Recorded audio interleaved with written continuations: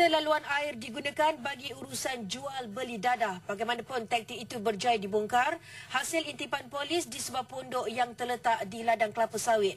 Serbuan pada 10 Januari lalu juga berjaya menahan pengedarnya. Memang dia ada kawalan api dia, jaga dia. Dia senang ya, air tadi kalau dia tak ada situ maknanya tak boleh masuk lagi lah, tak ada. Dia punya bukan air lah, mana air tu orang yang itulah sebagai yang jaga tu lah.